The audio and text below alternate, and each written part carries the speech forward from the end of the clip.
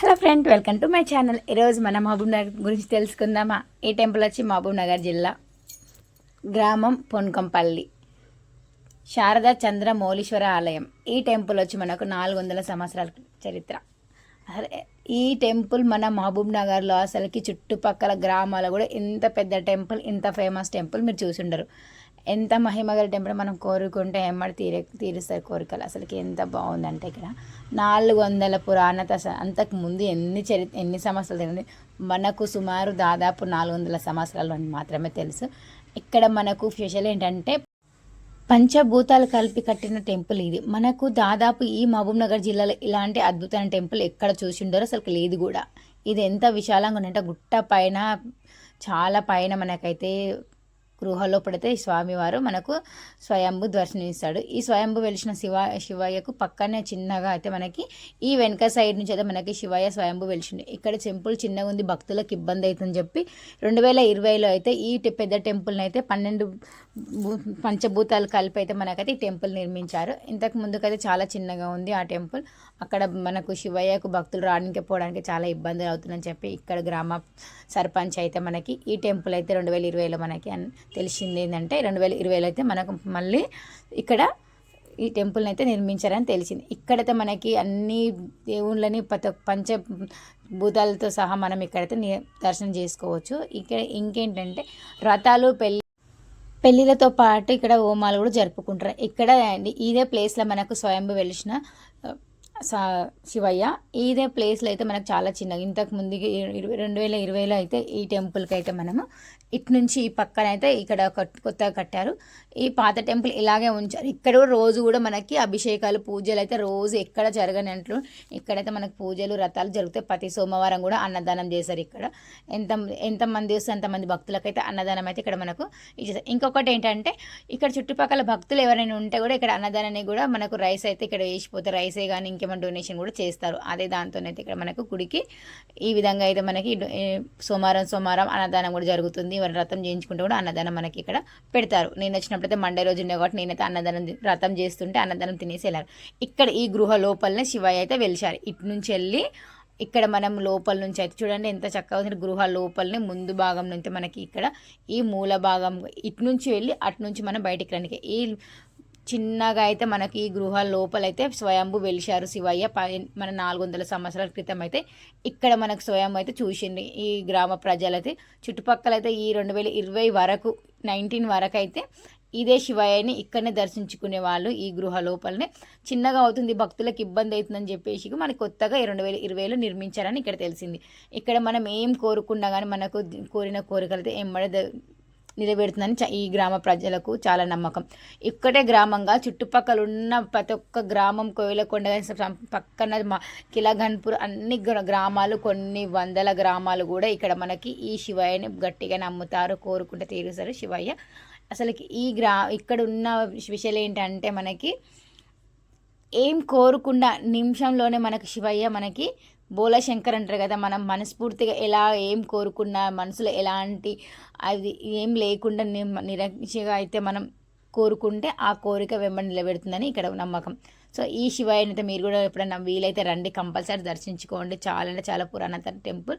స్వయం మన మహబూబ్ నగర్లో ఉండి అసలుకి ఇంత పెద్ద టెంపుల్ మిస్ అవ్వడం అయితే అసలుకి చెప్పలేము ఎన్ని ఏళ్ళ నుంచి. ఇంకోటి ఏంటి తెలుసా, ఈ స్పెషల్ ఏంటంటే ఇది మా మేనత్త వాళ్ళ ఊరే పొన్కంపల్లి. మా నాన్న వాళ్ళ అక్కనిచ్చిన ఊరు.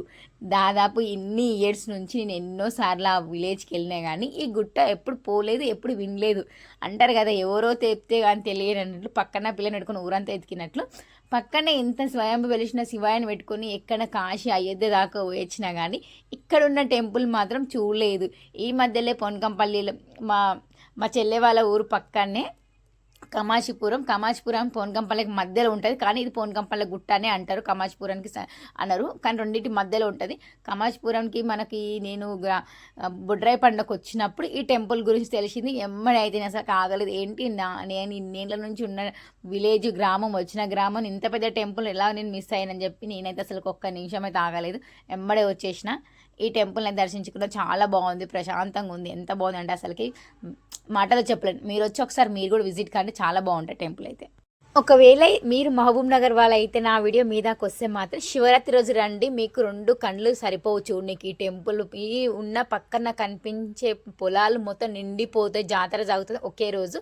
శివరాత్రి రోజు శివలు మనం శ్రీశైలంలో దర్శనం అయినాక వచ్చినాక ఈడైతే పెద్ద జాతర సాగుతుంది. మీరు ఎవరైనా మహబూబ్ నగర్కి చెందిన వాళ్ళంటే కంపల్సరీ ఈసారి మాత్రం పోన్కంపల్లికి అయితే వెళ్ళండి, శివాలయం దర్శించుకోండి.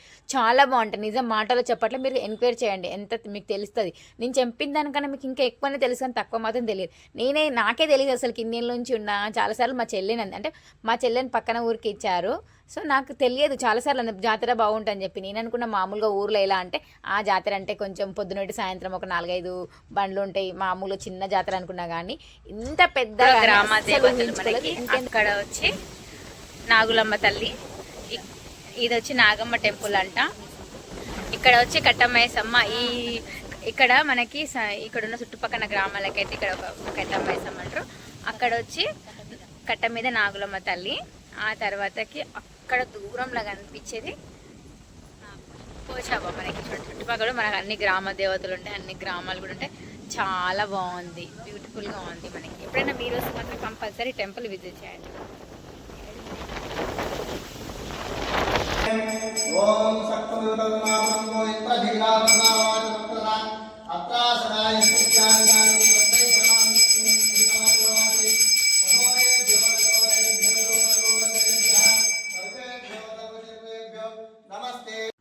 ఇంకా ఈ గుట్ట మీద కొన్ని రహస్యాలు ఉన్నాయి. ఇక్కడ కనిపిస్తున్న ఈ చిన్న కోనేరు నీళ్ళు ఎంత పచ్చగా ఉందంటే మన ప్రకృతి లాగానే ఎప్పటికీ మారే ఇలానే ఆకుపచ్చగా ఉంటాయి. ఎన్ని సంవత్సరాల నుంచి కూడా ఇక్కడ గ్రామాలు చెప్పేది ఏంటంటే ఒక్కసారి కూడా ఈ కోనేరు ఎండినట్లు చరిత్ర లేదు అసలుకి. ఈడ మొత్తం ఫుల్ నీళ్ళు ఎప్పటికీ మనకు సంవత్సరంలో 12 నెలలు ఎండాకాలం, వానాకాలం, చలికాలం ఏ కాలం అయినా సరే మనకు నీళ్ళు ఇక్కడ తగ్గదు. అప్పట్లో ఏంటంటే ఇక్కడ నందీశ్వరుడు మనకు శివయ్య నంది మీద వచ్చి వెళ్ళేవాడని ఇక్కడ ఒక పెద్ద నమ్మకము. ఇక్కడ పెద్ద పెద్ద మన నంది అయితే కూడా పాదాలు కూడా ఉంటాయి, అవే వెతుకుతున్నాను. చాలా అంటే చాలా ఇక్కడ మహిమలు ఉన్నాయి. ఇది చూసారా, ఇది ఎలా ఉంది రాయి అంటే చందమామలో మనకు సగం చందమామ ఉంటుంది, ఆ విధంగా ఆకారంలో అయితే ఇది ఉంది మనకి. అంటే శివయ్య నెత్తి పైన సగం చందమామ ఎలా ఉంటుందో ఆ విధంగా ఉంది ఇక్కడ. అందుకే ఇక్కడ మొత్తం అయితే స్పెషల్గా ఉంటుంది. సో చూడండి, నేను చాలా బాగుంది అసలుకి ఇక్కడ. ఇంకా మీకు చూపిస్తాను. ఈ ప్లేస్లోకి వెళ్ళి అయితే శివుడు, ఇది పాత రూటు, కొత్తగా అయితే గుడి కట్టినాక అటు నుంచి తీశారు. ఒకప్పుడు ప్రజలు పాత రూటు ఇలా ఇటు నుంచి నడుచుకుంటూ వచ్చేవాళ్ళంట. ఈ ప్లేస్లలోనే నందీశ్వరిని మనకు పాదాలు కనిపిస్తాయి. ఇక్కడ నుంచి వెనక నుంచి అయితే మనకు భక్తులు వచ్చి దర్శించుకున్న వాళ్ళు. అప్పట్లో మనకు 1918లో అయితే మనకి ఈ దారి అయితే నడిచేవాళ్ళు. ఇప్పుడు ఈ దారి తక్కువ మంది వస్తారు. గుడి వెనుక నుంచి ముందు నుంచి అయితే ఇప్పుడు చాలామంది అటు నుంచి వస్తారు, ఎందుకంటే అటు నుంచి వెహికల్స్ వస్తాయి కాబట్టి వెహికల్ ద్వారా వస్తారు. ఇప్పుడు అందరికీ బద్ధకం అయిపోయింది కాబట్టి నడుచుకుంటూ ఎవరు రావాలని కోరుకోరు. నేనైతే నడుచుకుంటూనే వచ్చాను, ఎందుకంటే ఇక్కడ మామూలుగా మన ఓన్ వెహికల్తోనే రావాలి. చుట్టుపక్కల ఎలాంటి వెహికల్స్ అయితే మనకు అవైలబుల్ ఉండవి, ఎందుకంటే లోపల మన అడవి లోపల ఉంటుంది కాబట్టి చుట్టుముట్టు గ్రామాలు కొంచెం ఒక 5 కిలోమీటర్లు 4 కిలోమీటర్ దూరంలో ఉంటుంది. సో అలాంటప్పుడు ఇక్కడ ఎవరు రారు కూడా, ఓన్గా వెహికల్ తెచ్చుకోవాలి, ఏదైనా మాట్లాడుకొని రావాలి. సో నేనైతే బై వాక్యే వచ్చిన, ఈ మెట్ల మీదకి వెళ్ళి నడుచుకుంటూ పోయినా. ఇక్కడ ప్రజలైతే చాలా బాగుంది, ఎంత బాగుంది అంటే వెదరు. సాయంత్రం పూట వస్తే మొత్తం చాలా బాగుంటుంది. ఇవే అప్పట్లో శివయ్య అంట ఇక్కడ దర్శనం చేసుకుని మనకు శివయ్య వచ్చినప్పుడు అంటే ఈ నందివి పాదాలు ఉంటే చాలా అని చెప్పి ఇక్కడ నమ్మకం. ఇక్కడ నందితో పాటు మనకు గుర్రాన్ని కూడా మనకి నీళ్ళు గుర్రాలు కూడా అప్పట్లో తాగువాళ్ళు, ఆవులు, గుర్రాలు ఇక్కడ కొన్ని పాదాలు ఉన్నాయి చూడండి. ఇవి చాలా పాత చరిత్ర, అవి ఇప్పటికీ అలానే ఉంటాయి ఆ పాదాలు. ఈ వెనుక రూట్ నుంచి అయితే అప్పట్లో నడుచుకుంటే భక్తులు వెళ్ళేవారు. ఇదే దారి. ఇప్పుడు కొత్తగా కట్టారు కాబట్టి ముందు వైపు నుంచి, ఇది వెనుక నుంచి దారి కోనేరుకు. ఆ కోనేరు చరిత్ర అయితే చాలా మహిమ, ఇప్పటికైతే ఒక చుక్క అయితే వెండలేదు అని ఇక్కడ చాలామంది నమ్మకం. ఇంకా ఆ నీళ్ళను మనము నెత్తిన జల్లుకుంటాం, ఎలాంటి పాపాలు ఎలాంటి రోగాలు ఉండగానే మన క్షణంలో మాయమైపోతాయి. మీరు కూడా వచ్చి కంపల్సరీ అన్ని వాటర్ని ఒకసారి మీరు కూడా చల్లుకోండి, చాలా పవిత్రమైన జలం. ఎప్పటికీ ఎండ నీళ్ళు అంటే. సో మేము వెళ్ళేటప్పుడు అయితే ఆటో వాళ్ళు వేరే వాళ్ళు ఆటో వచ్చారు కాబట్టి నేను పోయేటప్పుడు ఈ దారిలో నుంచి అయితే ఆటోలో వెళ్తున్నాము, ఎందుకంటే ఇంకా నడుచుకుంటూ ఎక్కినాక నడుచుకుంటూ ఓపిక. అన్నం తిన్నాక అయితే ఫుల్ తినక ముందుకున్న ఎనర్జీ తిన్నాక అయితే లేదు, ఫుల్ కాళ్ళ నొప్పులు వచ్చేసినాయి. చాలా దూరం నడిచిన ఆల్రెడీ. ఓం